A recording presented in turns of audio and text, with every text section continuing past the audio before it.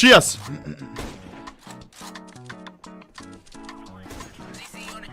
What's unique about the Olaf Boost is that unlike every other famous Counter-Strike esports play, the Olaf Boost isn't really a show of skill. It's a show of how busted this map was at the time. Not to take away from Fnatic here, this is a legendary clip and it will never cease to be cool. The point is, this clip is Why is it so loud?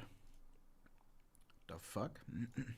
defined by the map that it takes place on, and a clip that plays a very specific role in the development of its layout. But let's go back even further and take a look at how Overpass evolved from its first release to today. First off, Overpass was released alongside Cobblestone in the winter of 2013. These two maps were the first Valve-made maps to be released since the release of the game, other than Mirage. But Overpass was not just a Valve-made remake of a previously existing map. It had the unique quality of being built from the ground up by Valve, and you could really tell, for better or, who am I kidding, mostly for worse. This map took a lot of risks, and not a lot of them panned out. The key defining feature about Overpass is its size. This map is by far the largest professionally played map ever. Its other main feature is its verticality. What the hell? I've never seen that Overpass. Do you fuck with Overpass? Yes or no, chat? I do like it. It's not my favorite map. It's good. No. I see more no's than yeses.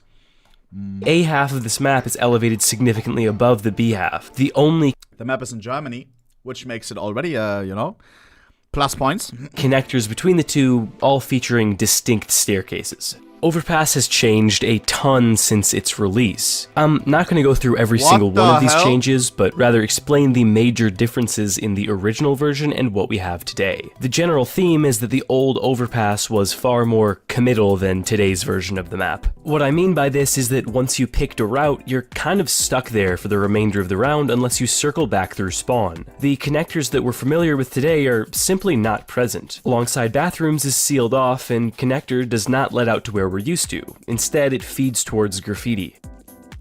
Oh, hell no! That fucks with my brain. The B site is also far more open. Construction is directly connected to site, and site itself no longer has anywhere near as much cover. There's also this cool raised secondary peak that you can take into the site. The B site as it was at this point felt completely unintuitive to peek. There were just too many unorthodox angles to go through, unlike a more standard map like Dust 2 where the game almost guides you into the proper way to peek site. The A site almost suffered from the opposite issue, with long and bathrooms both funneling into this one route. Of course, there were other problems, but in terms of a fundamental layout problem that isn't just a bug, this was the main problem with the A site. They tried to remedy this with the implementation of this hut here, but that didn't end up working, and they eventually made site how it is today. There was a very weird point in the history of Overpass where this weird connector from graffiti to A site existed at the same time as half of the connector that we know now. Just a thin wall between them. Extremely strange to look. It's crazy how it was back in the day. Kind of like a plug and play. They keep changing it until, I don't know, the community likes it and stuff. Or until it's perfect for competitive play. They've released Anubis, and we haven't had any crazy changes yet, right? And it's probably most likely going to stay almost the same. Vertigo they released to the map pool. They've changed some things, yeah, dropping down from middle and stuff. And the sandbox to be. But nowadays they know their shit. Back on now, as the current version of connector seems just so obviously superior. Hindsight is 2020 though, of course.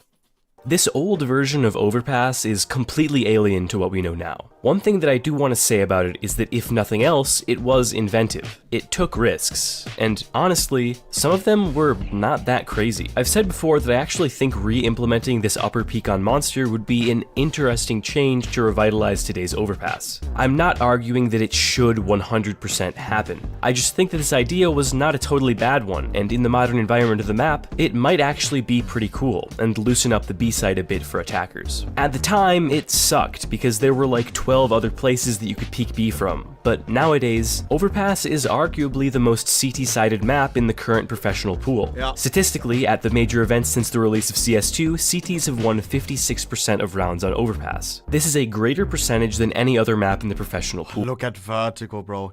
Vertigo always does it different, which makes it so nice. The highest T-side map. How cool is that? Against the grain. That's how we do it. The problem with a lot of these changes that I see as otherwise inventive is 55% T-sided. is that they tried too much at once. It's like a pie recipe. If you substitute 1 or 2 ingredients, it probably will still be pretty good, and at least you'll know what ruined your pie if it turns out bad. If you substitute half of the ingredients, then it probably will taste like shit, and the worst part is, you'll never know what the problem was. It's the issue with experimenting too much at once. Up until March of 2023, I believed that Overpass was going to be the next map removed from the professional map pool, just since its popularity had waned and it was the second oldest in the pool. Then, Valve dropped the first batch of trailers for CS2, displaying in full clarity a beautiful, new, revamped Overpass. When this trailer came out, I had a number of questions. Namely, how will they address the waning interest in the map? What will they change? And now, we can definitively say Valve's answer was nothing. At least nothing beyond surface level visual changes. This new Overpass is beautiful, but it still has these same issues that Overpass has had for its entire existence. The unfortunate thing is, that issue is tied into F? Shut up. That was a Twitch F, I think. its unique identity. Not as on my a side. map. Overpass is too big. The problem with this is that you can't really do much about it. What do? Shrink the map by 15%? Of course not. The obvious answer is to move the spawns up, but you come to an issue when considering CT spawns, seeing as it's literally directly on top of the A site already. So if you don't cut out the spawns, where do you cut? Maybe make this section shorter? Well, that favors the team. It's still so crazy to me how little Valve pays to get the rights for a map, you know what I mean? Do you remember? There was one map where they fucked up and we could look via the API how much they paid for, I think it was Anubis. Anubis pay leaked amount Valve. Let me see if I can find it. I can't remember the amount. Here. Sorry, it was Tuscan. Uda. API leak suggests Valve bought Tuscan for 150k, which was, by the way, Oscar. Our fucking guy, the guy who does our servers, the fucking skin inspect servers, he was the one who fucking saw it. And he told me, like, he sent it to me and I said, yo, can I leak that? And then we fucking, I showed it on stream. And then this post came afterwards from Mr. X the Paw. Oscar fucking saw that shit. That's insane, no? Tuscan and Anubis, 150k. Bruder. For that they own, I think, like, the name and the fucking rights and everything, you know what I mean? 150k, that's it. Think about how few maps they do that with, you know? There's so many map creators, so many maps that would fit for a map pool. And then if you make it, after years and years of creating maps, 150k. The fuck? But I think they also receive other payments. If the map is in the map pool, I think they also get some juice on the side. That was just for the rights and everything. You could cut 15% from the middle. I don't know where the big amount of money lays, though. If the amount of time in the map pool is more or less map, but that would make a lot of new extremely awkward angles. In a lot of my older videos, I explained an important duality of map layouts in Counter-Strike: experimental maps and 3-lane maps. Overpass is really weird because it kind of straddles that divide. I usually categorize it as experimental though, due to its large size and the verticality at play on the map. The plight of most experimental layouts is that while they have the potential to be really good, nuke namely, they can also reach a ceiling of balance where you— Are you seriously saying that 150k is a lot for a map? Other people that get a skin in a case, whether it's a blue. I couldn't even name every blue from the fucking random case, Dreams and Nightmare case. This fucking guy, for example. Okay, I could name all of them. But the Poltergeist Scar fucking creator, for example, we know some of the numbers. When it's a very, very, very popular case, it's gonna end up to around 400k. For each and every skin in the fucking case. This 400k, Anubis 150k. Think about it. You can't really improve them after. But I don't know how much more recent cases are making. Like, we're talking, I think that number that got thrown out there was one of the most popular cases yet. And it was 400k per skin. For a while without fundamentally changing the identity of the map, what makes the map experimental in the first place. An example of a map that I think has reached its balance ceiling quite early is Vertigo. Overpass feels like it has approached that ceiling as well, but the problem here is that Overpass is mediocre enough that nobody is really calling for its head the way they are with Vertigo. The map has always been good, but not great. This isn't to say that you can't love Overpass. There was a time when I really loved Overpass, but just because you love playing on a map doesn't mean that you can't acknowledge its flaws. Overpass has flaws, and its flaws are borderline unfixable. A sign of this is how frequently a new broken exploit is discovered on the map. Counter-Strike doesn't exactly fit perfectly when applied to this massive ecosystem of a map. But does that mean that Overpass needs to go? This might be a surprise based on the last few minutes of this video, but honestly, I say no. I think that right now, Overpass's weirdness almost brings a level of normalization to the game and to the professional scene. I had a realization while I was making this video. When I rolled my game back to CSGO to get footage, my first reaction was how much better CSGO feels than CS2 does currently. I haven't said anything about this on social media at all, but I've been pretty nihilistic towards the current state of CS2 recently. I was walking around on the... What's a nihilist again? What does that mean? I've heard it before. Nihilistic. Meaning? Believe that all values are baseless and that nothing can be known or communicated. What?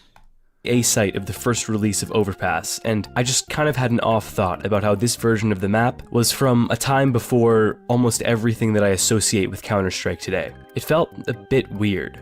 And then I realized that the stage of development that CSGO was in at that point is exactly the stage that CS2 is in right now. In fact, we're earlier on in CS2 than they were in Go. So much will happen to the game in the next 10 years. Oh. It'll barely be recognizable. Why are we throwing those numbers around? Oh my... 10 years, bro. But we took away something that was somewhat not perfect. Like CSGO had its flaws, but you can't take it away for something that's going to be ready in 10 years. You know what I mean? I don't know. Other game releases are fine. It's not like you say, when Valorant released, oh yeah, but in 10 years the game may be alright. Nine, it's fucking popular now as it is. I don't know. CS2 will be as good or better than CSGO in time.